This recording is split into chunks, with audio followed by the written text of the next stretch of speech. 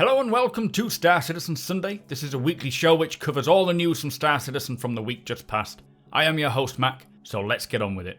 This week we see a new mission coming to 3.8 which involves FPS PvP inside an 890 jump. Plus we hear from the audio team about improvements to sound in all areas of Star Citizen. So inside Star Citizen this week showed us what they're working on for 3.8. And it is a new mission, which is a PvE mission that requires you to rescue a hijacked 890 jump and disable all the hacks that are happening inside. Now the footage that we'll be playing in the background doesn't really do it any justice. The AI are not really reacting very well. The ammo count remains the same. The player is invincible. He's on his own. It's all pretty messy. The likelihood is it's just recorded footage of a dev testing it for the playability and looking for bugs. I expect when we get this, the AI will hopefully be a little more reactive and difficult, and it would require more players to help. That said, we won't know until we get it in our hands anyway, so let's just cross our fingers. So basically, as you get to the 890 jump, there will still be pirates flying around in the ships that they use to drop off the pirates on board the 890. Your job is then to take them down because they will try and take you down when you're EVAing. Get on board, take out the pirates and disable all the various hacks that are going on. Now each hack is kind of similar to what you would do just to remove your crime stat. You just have to click abort. But these hacks can spawn at random locations, so you won't know where they are unless you search the ship for them. A successful mission will end when all the hijackers are dead and the hacks are aborted. You will fail the mission if you prevent to disable the hacks.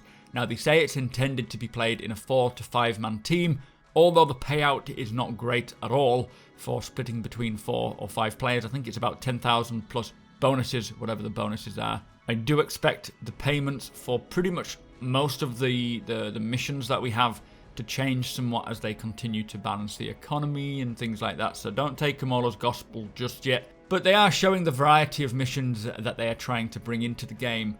Personally, it looks really, really good, and I'm hoping that it will be quite a challenge and hopefully work well when we do try and team up and do this. What I'm excited for eventually is when we are able to loot bodies, being able to gather up all the weapons and sell them. That would be another better payment system as well. But for a bit of variation, I do like the sound of it. Obviously, the footage wasn't all that great, but fingers crossed it'll play a lot better when we get it. Now, to finish off with on Inside Star Citizen, the sound design team had a little section talking about their job and what they do and what it involves. Nothing really worth reporting on, especially as Star Citizen Live was a Q&A with the sound team, which was very good. Lots of information to be had there, so let's move on to that. So Star Citizen Live this week was answering questions that we put to the audio team. Now there was a lot of great answers to some of these questions, so let's get on with it. First question was, will we be able to hear components failing, maybe detect an issue with the power plant as it degrades audibly? Now they said that this is definitely the plan. They will soon be adding sounds to components, and these sounds will be based on the component's degradation level, so the sounds will vary as they get used and age. The overall sounds of the ships do change as they degrade, just not individually yet. Eventually, they want to get to each individual station on board the ship having their own unique sounds, as you would expect them to sound. So if you're in the drone room compared to the engineering room compared to the bridge, they will have their unique sounds based on where they are in the ship and where things will fire. So if your thrusters are kicking out on a Hull C, you will not likely hear them on the bridge, but if you're in the engineering department, then you will. Next question is to do with flybys and where are the sounds for these? Now, they have had them in before, so they might need to just double check on this, but they obviously will take a look and hopefully bring them back. Will we hear the effects of our own voices is the next question. So, for example, if you're walking around talking over VoIP in a cave, we can hear other people's voices echoing, but not our own. So is this going to happen? And they say that yes, this is still the plan. They have some tech stuff that they need to work out first, but they do plan to bring this to the game. Someone asked about changes to atmospheric pressure audio. So if you're going through different pressures, will the audio change at the same time? And they say that work is ongoing right now for how audio propagates through different areas. There is a system in game already to have different pressures in different areas. So they're currently working on the tech to accumulate these effects and then apply them to the audio. over the next couple of releases, they did say, so 3.8, 3.9, we will begin to see and hear how pressure affects the audio, which is going to be very cool. Someone asked about sonic booms, and it's kind of a special case. They would like to take a look at it, but obviously each moon and each planet has its own different atmosphere pressures, so it's not as straightforward as just adding the sound effect. It needs to make sense to the pressure. So it's on the backlog. I'm sure they'll get to it when they get time. One of the questions was whether we'll get a bit of variation in the voices heard from the NPCs who are at the admin desks, and they say they're always looking into ways to update the voices rather than having to just constantly record new voices. They can't just really change the pitch of it as it doesn't really sound right, but if they do find a good way of doing it, then they will definitely add a bit of variation there. One of the good questions was to do with how sounds over distances and environment will change. So if someone is at the top of a canyon firing into the canyon, how will it sound? How will the gunshot sound compared to someone who is being shot at the bottom of the canyon? And they say that this all ties in with this propagation tech that's being developed right now. Once ready, that sound will pick up effects as it travels, so it will become more accurate to the environment and at a distance, which I'm very excited for this. There's a few more questions that do revolve around this propagation tech that they're working on, which I'll explain later. Now, one of the questions was to do with ships getting improved sound effects to match the visual cues. So if something's happening in your ship, will we get sound effects to help us understand this? Because at the moment it is very difficult to know what's going on, especially in combat. They actually spoke to one of the backers who is an engineer in the Australian Air Force, and he talked a little bit about audio warning systems in aircraft. Now, CIG did plan to create different audio sounds for every single warning and notification that happens, but then it becomes its own language, and if you're doing this for every ship manufacturer, then you're constantly relearning this completely different language. In real life, the sounds are just there to help distinguish between minor, moderate, and major warnings, which is then where the annunciator panels come in. So if you hear a warning, be it a minor warning, you will just kind of maybe look at your annunciator, it might tell you what the issue is, and then you can decide whether to do something. The major warnings are obviously going to be a bit more alertive, so you hear that, you know something's wrong, you know to look. It's kind of a priority, so they're balancing it that way rather than having it so complex that we have to just learn everything from scratch every time, which I do agree with. It sounds like a much better approach. One of the questions was, will we be able to disable or enable ship speech messages for use of custom files or, for like your own incoming missile alert? And they say they don't offer it at the minute. You can choose the level of verbosity, so it may increase the option later on. For custom files, it might be something they can offer at a later date, but it might be similar to the jukebox where you was able to put your own audio files into the jukebox on your own computer, and you can hear that, but no one else around you would be able to hear it. So it could be that whenever you sit in a ship, you get that specific effect rather than the custom one, but obviously if someone else sits in your ship, they will get the default sound effects. I mean, it's a cool option. I think I would prefer to just go with default, but offering the choice is a nice idea. Next question is to do with surround sound, saying that it's not all that great. What's happening? Are they working on it? And a lot of the development is now with a big focus on headphones and stereo sound. So they've got a new 5.1 room setup to ensure that as they bring new audio in, it will be optimized for surround sound, which is good news. Someone was asking about the intention of allowing people to communicate with other people outside of the game, maybe on Spectrum using VoIP. Now, they say the focus is currently on improving the VoIP system first. It would definitely be a possibility to allow someone to use the Spectrum app on their phone and talk to someone who is in-game, discussing the mission coming up or what they're going to do. It is part of the plan. The next question was to do with voice attack, and will we be getting any in-game that is not third-party? And they have investigated to see what is required, and they do want this feature. But like every other Star Citizen feature, they want it to be the best it possibly can be. So there's still a lot of work to be done there, but it is on Chris Roberts' wish list to have voice attack in-game rather than using third-party systems. Someone asked about swapping out the ship voices, and they say it's a possibility, maybe making the voice options as part of a ship module or component. I would see it better as being maybe a server blade, like you can have the MISC voice option and buy that as a server blade to put in your Drake ship, and then it sort of coincides with that. Whether it would work that simply, I don't know. I do expect them to have a lot more customization in that area later down the line, but as of yet, it doesn't seem to be the case.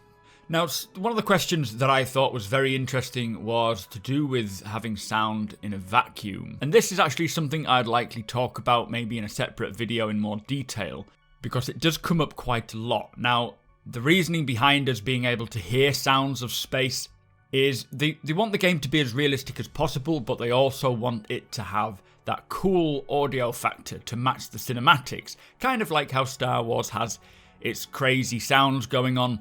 So they wanted to find a way to work around this, and basically what happens is your ship recreates the audio surrounding you to give you better situational awareness. Now what's even cooler is that they aim to have it so that if your ship does get EMP'd or damaged in some way, then the external audio is no longer recreated, so all you'll hear is the interior of your ship. So if you've been in a big battle, you can hear all the sounds of the outside, all the guns shooting, the flybys of the ships, but then an EMP goes off, everything will just fall silent, barring what you hear inside. So maybe your breath, maybe the clanging from your ship straining and anything that's damaged.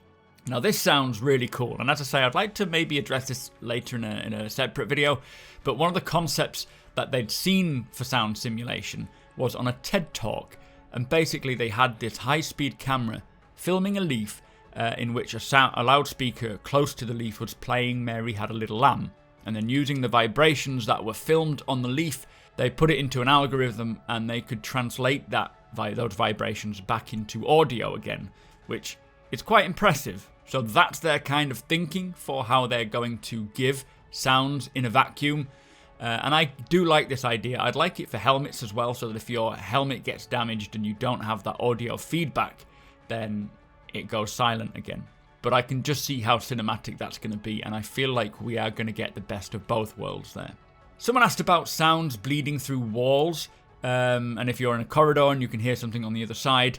Now they say again this is to do with the propagation system that they're working on, but the intention is for the sound to travel through the paths. So if there's a doorway from the original point, it'll travel through the doorway, down the corridors and circle round down to you, so you can sort of detect the direction the sound is coming from. Obviously if the doors are all closed, then there's nowhere for the audio to travel, so you could likely hear it muffled through the wall, but it would depend on the thickness of the wall and the type of wall. It'll be cool because this will add positional detail, and that's very useful, especially in FPS. Now someone asked about audio ray tracing. So we have ray tracing on the RTX cards, which allows those reflections to shimmer through. Now they say audio ray tracing can be done. It's similar to how ray tracing works now, but having different audio effects based on the material. So if it's a solid reflective surface, then sound would reflect off it better than if it was more of a thicker surface. They firstly need to get ray tracing on the visuals before they can really apply it to sound, but it could be something they'll approach later on down the line once they get that sorted, which is kind of cool. Will they add audio mixers for us to adjust our own sounds ourselves? Now they say no, because it gives people a competitive advantage, and I strongly agree with this. Being able to turn down maybe the ambient background noises and turning up the sound of footsteps, for example, to give you a better idea of if someone's approaching is kind of cheating, and I don't want that to happen. Everyone should have the same ability to hear what everyone else can, so I'm glad that they agree with that. Someone asked if we could have voice modulators to disguise our voice in game, which would be very cool if we were playing as a bounty hunter or a pirate, giving that sound of fear. Now again, voice propagation and the VoIP feature would need to be a bit more advanced, but it's a very interesting idea, and the chances are the guy who will work on this will investigate it and maybe do some work in his spare time just to see if he can figure it out. Someone was asking about the canopy on your ship, and if you're flying through a debris field, will we hear impacts? And they do already have this. They did actually include this later on when we were able to fly through a ship that we've just destroyed. You could hear it clanging to the side of your ship. He said it's already in, but obviously it must have been turned down. He will turn it up, and hopefully we'll get that back again. One of the questions was to do with having like shipboard megaphones to broadcast outside the ship. So not your audio tannoy inside, which apparently they already have working. It's to do with being able to speak to people outside the ship, but via a megaphone. And they say this is very interesting, but they're not sure yet. Ship horns would be kind of cool, I think. Now, I would like to see this in space, maybe not so much, but in planetside and in atmosphere. If you hear like a Hull C or a Hully coming into dock and you can hear its huge horn going off, that would be such a cool effect.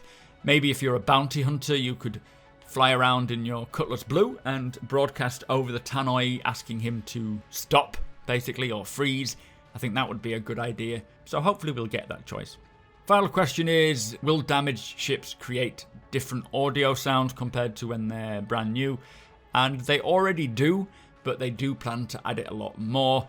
With the damage being dynamic, there's a lot of options here, so if the wing falls off, they could add a specific audio cue for this, helping the pilot to realise audibly what is going on with this ship. Yeah, and I'm looking forward to that kind of thing. But anyway, that was the last question that I thought was worth mentioning. There's a lot of good stuff coming down the line. It sounds like they've got a massive amount of work on their plate. So I hope they prioritise things accordingly. Personally, anything that gives us more situational awareness and better indications as to what's happening with our ship during certain actions like combat is going to be very useful. So yeah, I'm excited to see what the future holds in terms of audio. Do let me know your thoughts. Let's move on.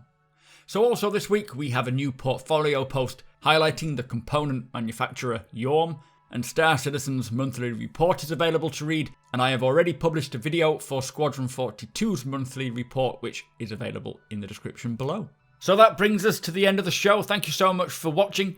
Be sure to hit that subscribe button so you don't miss a video. Hit that thumbs up if you enjoyed it, and share the video with all your friends. If you like what I do and want to help me make it better, follow the link below to my Patreon page to learn more.